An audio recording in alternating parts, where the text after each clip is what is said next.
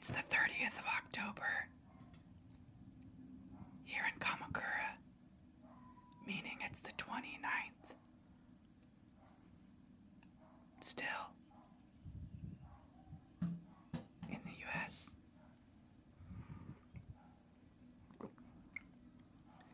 Four years ago today, my mother unexpectedly passed away.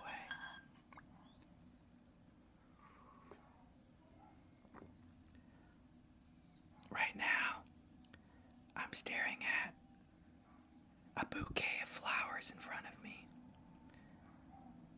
I'm treating the flowers like they're my guest.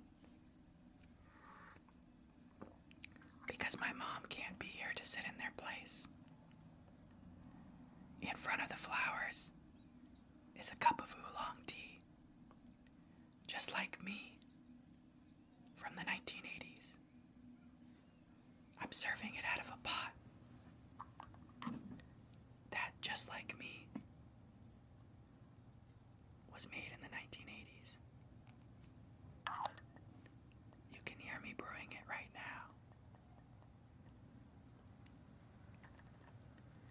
I got this tea. I got this pot on my trip to Taiwan earlier this month.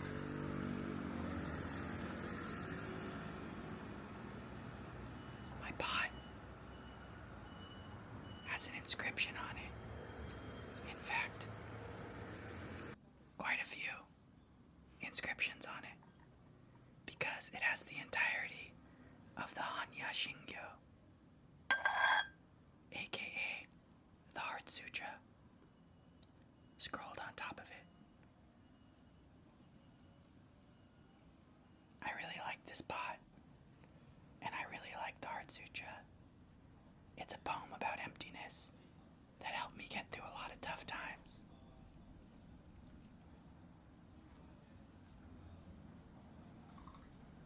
It's pretty cool to have on your teapot the same thing that got you through tough times. Like, if I was in high school and I could have had the lyrics to Kanye West's Family Business on my teapot, or the equivalent of my teapot at the time, I would have thought that that was pretty cool. But I'm in a different place in my life now, just like Kanye. So today I'm here to tell you a story about Taiwan.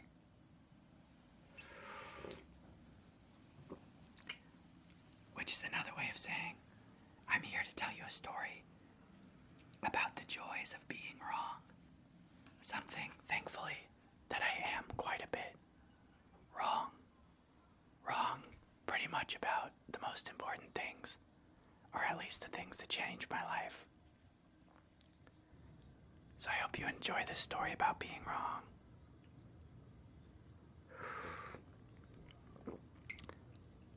As I drink my oolong from 1980s. So as one can imagine, anytime a guy like me is going to a place like Taiwan, they've got plans, ideas, little flags on a digital map on your phone that you can fit in your pocket. Let's call it a hit list. Let's call it a must-go list. Let's call it the 30-odd tea places that I had saved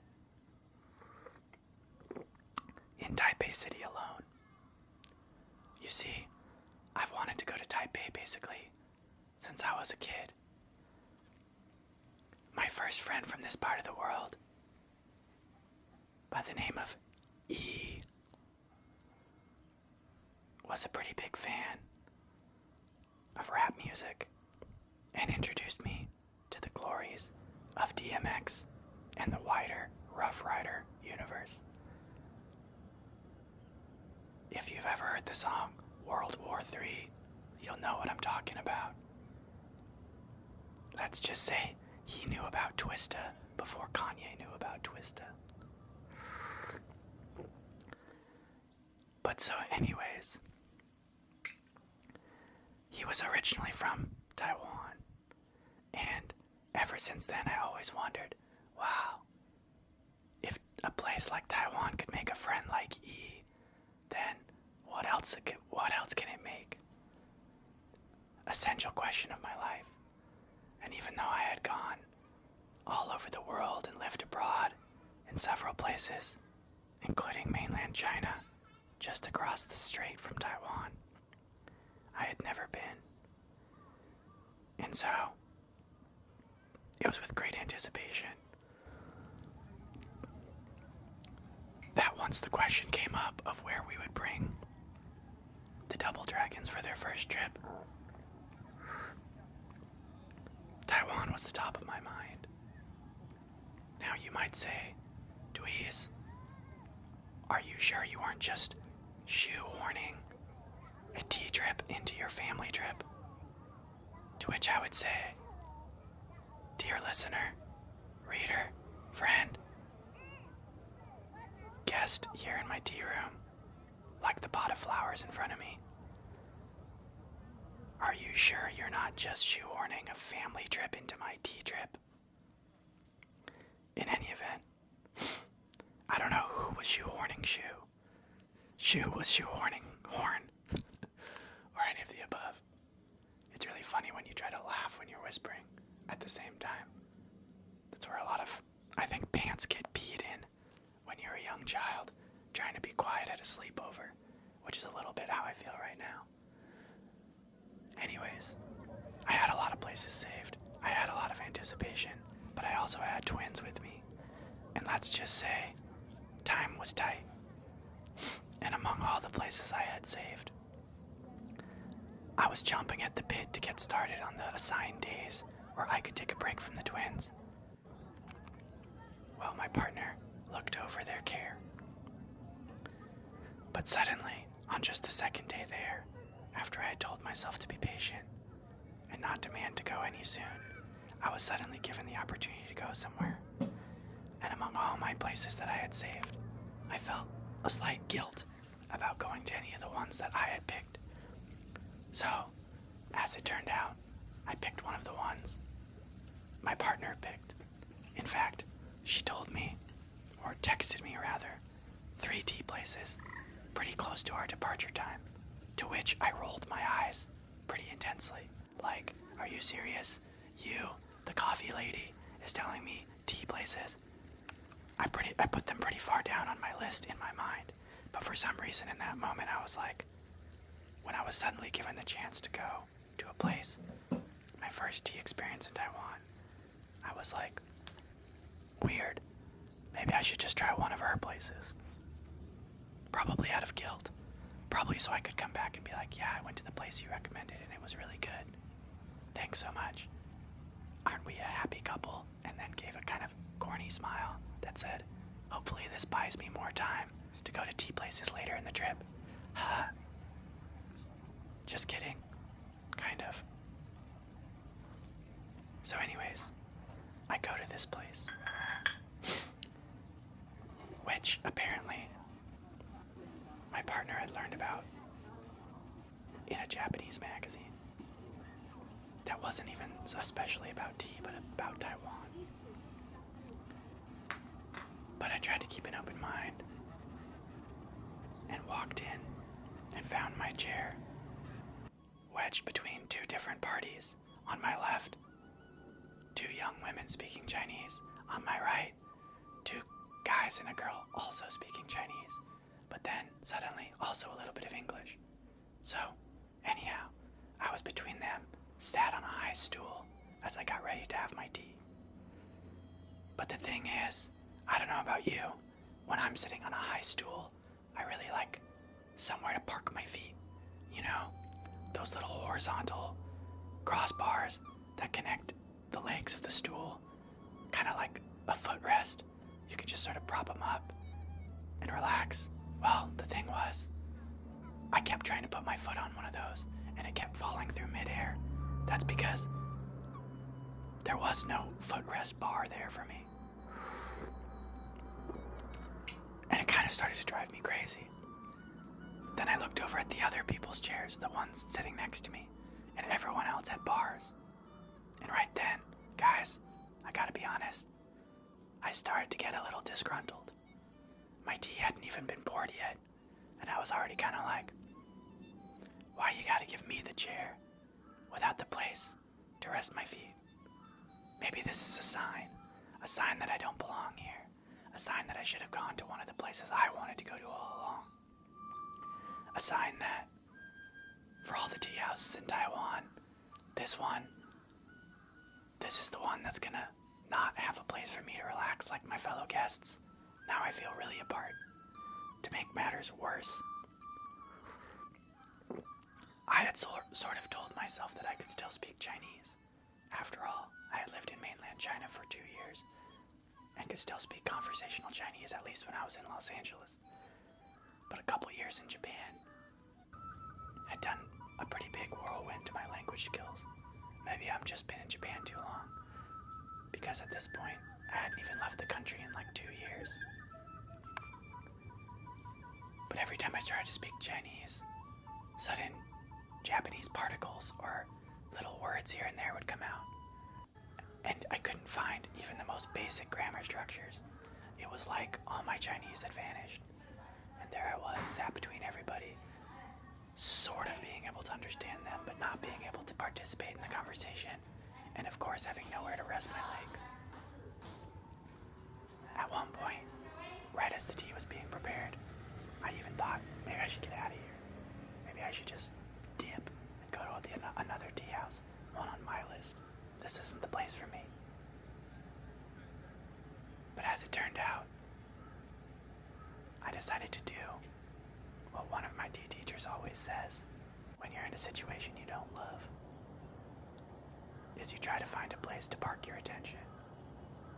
Try to find somewhere, something about the situation that you can enjoy and rest your attention there.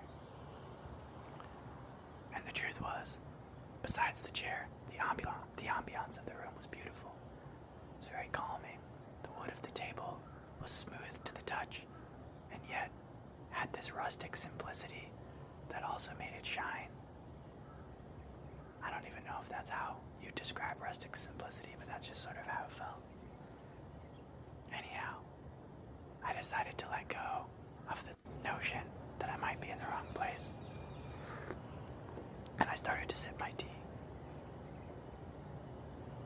Pretty soon, I could tell that the group to my right, they weren't just speaking English offhand, but actually, they were from the US.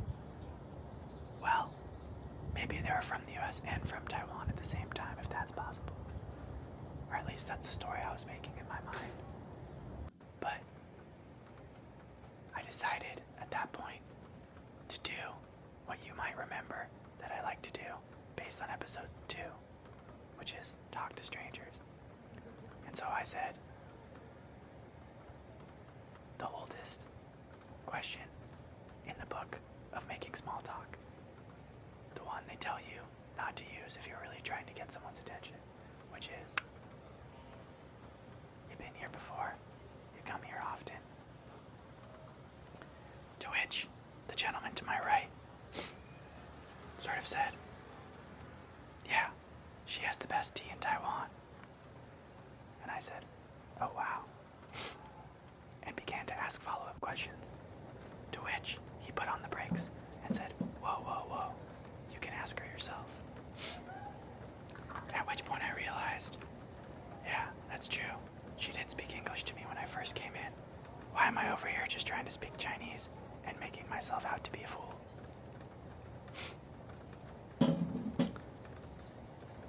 Still, I also had the lingering feeling that I had interrupted their trio of conversations. And so there was the temptation for me to just fade back into my own experience, which wouldn't be so bad, if not for the fact that, in general, I'm insufferable as a human, and I don't know when to let up. And I love people. So I couldn't just sit here and enjoy the tea that was increasingly delicious, and that made me feel increasingly good as the steeps wore on. So I turned to the group to my right again and started chatting them up. Chatting with them about the US, chatting with them about Japan, chatting with them about tea. The next thing you knew, I was ordering another tea. I had already gone through an oolong. Now I was going through an aged pu'er. And pretty soon, by the time it was over, the proprietor of the establishment was like, "Hey, do you guys want to try something really cool?" And I was like, "I'm having a great time. Let's try something really cool." And she pulled out a tea, also from the 1980s. Made right there in Taiwan, in Dongding actually. And in fact, this tea was from 1986, the year I was born. I had been talking about wanting to buy a pu'er cake from that same year so that I could drink it every year on my birthday to taste my own age. Well, she said it was pretty hard to pinpoint tea cakes from 1986 specifically when it came to pu'er tea for reasons that I won't get into. But an oolong made in Taiwan, that was something that was doable. And so it was. She made the tea and poured it up.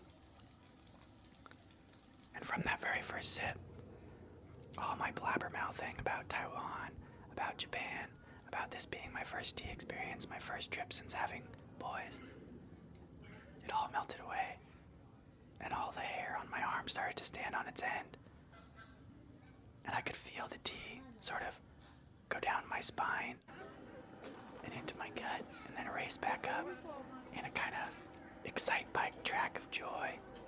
You remember Excite Bike?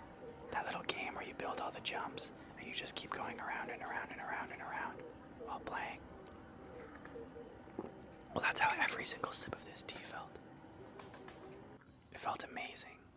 I had had a little bit of aged tea, but I think this was the first tea that I had where I realized it was aged intentionally, as opposed to just a tea that you sort of left out. And it was then I realized there's a difference between old tea and aged tea. When someone makes an excellent tea, but has the restraint to say, "I'm gonna wait till this tea gets even better," that's a skill that I do not naturally possess, but one that I badly want to cultivate in myself. Something about patience and being willing to wait, even when something's good, so that it can be even better. Well, that tea blew my mind. Probably to date, it was the best tea I've ever had in my life. Now, I don't know if that's because of the circumstances surrounding it, or what was to come next, because the story's not over. By the end of our conversation, like so often happens at a good tea house, the group to my right became my new friends, and the gentleman closest to me, E, the guy who I was worried I was bothering in the beginning, told me on his way out that he hoped he'd see me again. And if that had been the end of the story, I would have been so happy that these guys let me kind of intrude on their conversation and make me feel at home and share this wonderful tea together and let me talk about all my old dad nonsense. I mean, these guys are in their 20s after all. But what happened when I go to pay at the register? When I made sure that I could get some of the tea, which itself was something I couldn't walk out of the shop without having some of. I go to pay my bill, and it turned out E, the guy that's like 15 years younger than me, had already taken care of my bill. Without saying anything about it, he just went and he paid. He paid for the best tea in my life. I'm gonna call it ferocious generosity. That's the kind of generosity I felt in Taiwan. That was just the first moment. From there, it expanded.